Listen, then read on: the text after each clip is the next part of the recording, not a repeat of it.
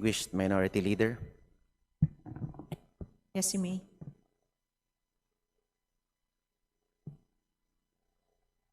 The Honorable Libanan. Of course, Madam Speaker, sorry.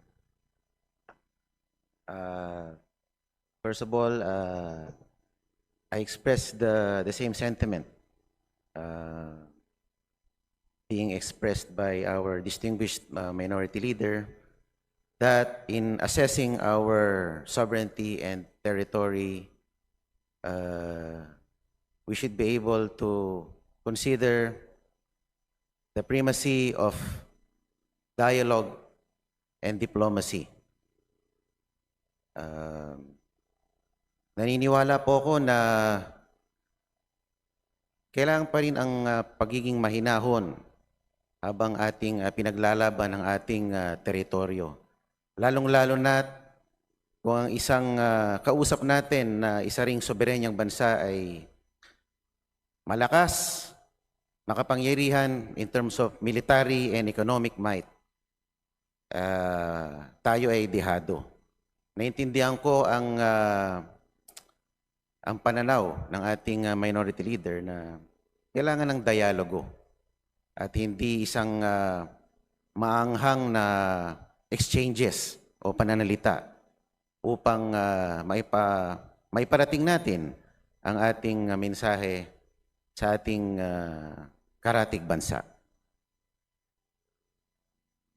At kung maaari lang magtanong sa ating minority leader, would you know, distinguished minority leader, who is allowing or who is giving the blessing for Commodore Tariela to go around schools and universities and conduct such presentations to the Philippine studentry? May alam po ba kayo, Ginoong minority leader? Madam Speaker, bago siya magtanong, inaalaw po siya na gumamit po ng aking oras, kaya sasagutin ko po siya. Una po ay hindi ko po alam kung sino ang nag-aalaw sa kanya na umikot. Sabi ko naman, may academic freedom tayo. Hindi naman pinagbabawalan natin siya umikot. Ang sinasabi lang natin na professional ang handling doon.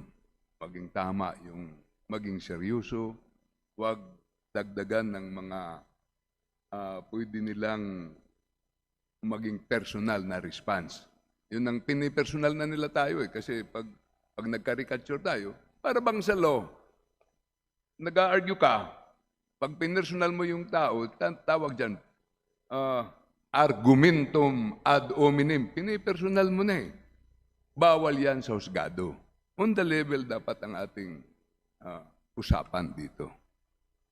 Kaya sa tanong niyo po kanina, hindi ko po alam kung sinong nagpapaikot at kaya nga lang ako tumayo, hindi dahil sa pag-iikot, baka lang pwede ma-fine-tune ang kanyang ginagawa para hindi maka-agitate sa ating malaking bansang kapitbahay. Kasi, kumbaga, masyado nang mainit itong usapin na to. Tama po kayo, Ginoong minority leader. At dahil nga po hindi na pinapayagang magkaroon ng escalation ng tensyon sa pagitan ng dalawang bansa, ay sinabi ng DFA na itong persona non grata should be the last resort dahil hindi sila naniniwala na ito ang dapat gawing bala laban sa ambassador ng China. At during the interpellation, during the budget hearings po, sinabi po ng DFA, the tensions in the West Philippine Sea is not the sum total of our relationship with China, sabi po nila. And in fact, the trade relations between the two countries remain to be robust. At meron pa rin pong ugnayan between interparliamentary relations. Sa katunayan, tayo nga po ay tayo po ang ASEAN Chair ngayong taon na to. Kung hindi po natin gagamitin ang diplomasya para itaguyod ang ating posisyon, ay wala na po akong ibang alam na pamamaraan. Lalong-lalo na po, ang ating kinakalaban ay isang economic and military superpower. Paano kung pinakinggan po ng China ang sinabi ng isang senador na lumayas kayo dito sa amin, hindi namin kayo kailangan. At dahil sa galit ng bansang yan, sabi lang, aalis kami. And we will pull out all our investments here in this country. Pati yung mga nagtratrabaho sa inyo, sa amin, na mga OFWs, ay aming pauuwiin sa mainland China, sa Hong Kong, sa Macau, at sa anumang mga teritoryo. Ano kaya ang magiging economic impact nito sa Pilipinas?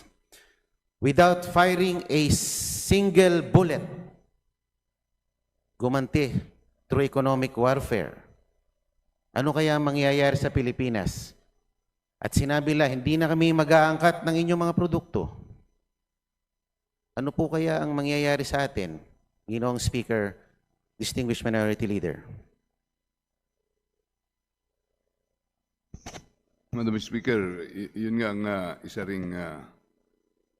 ring problema natin.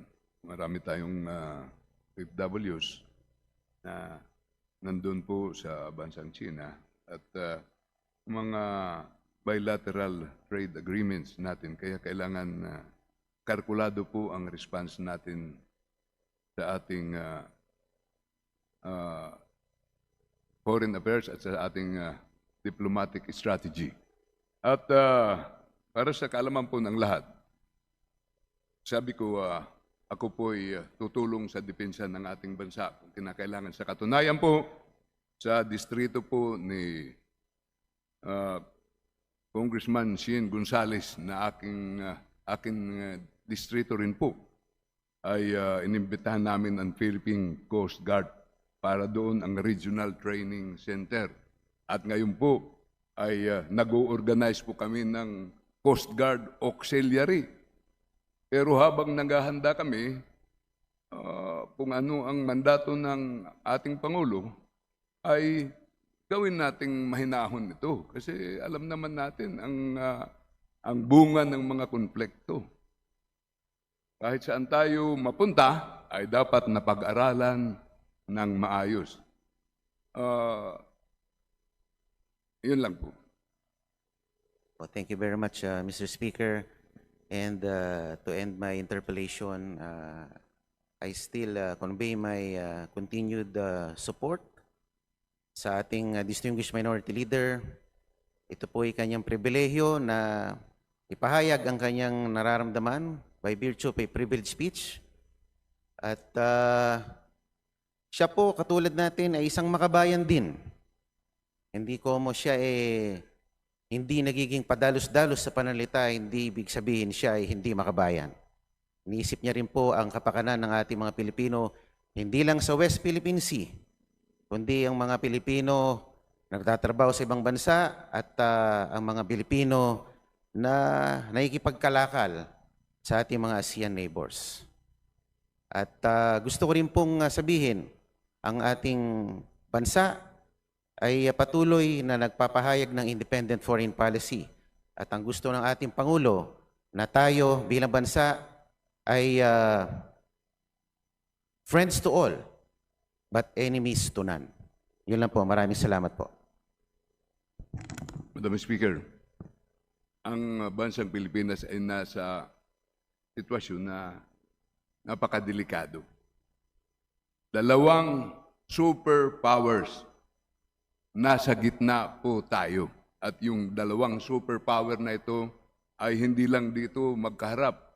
Sa Europe, sa Africa, Latin America, kahit sa kanilang mismong mga bansa ay magkaharap sila at nagbabanggaan. Tayo po ay nasa gitna po nito. Napakaliit lang po na ng bansa natin. Kaya iba yung pag-iingat ang kinakailangan natin, iba yung pag-aaral at tamang kilos para mabuhay po ang ating minamahal na bansang Pilipinas. Maraming salamat po, Madam Speaker. Majority Leader.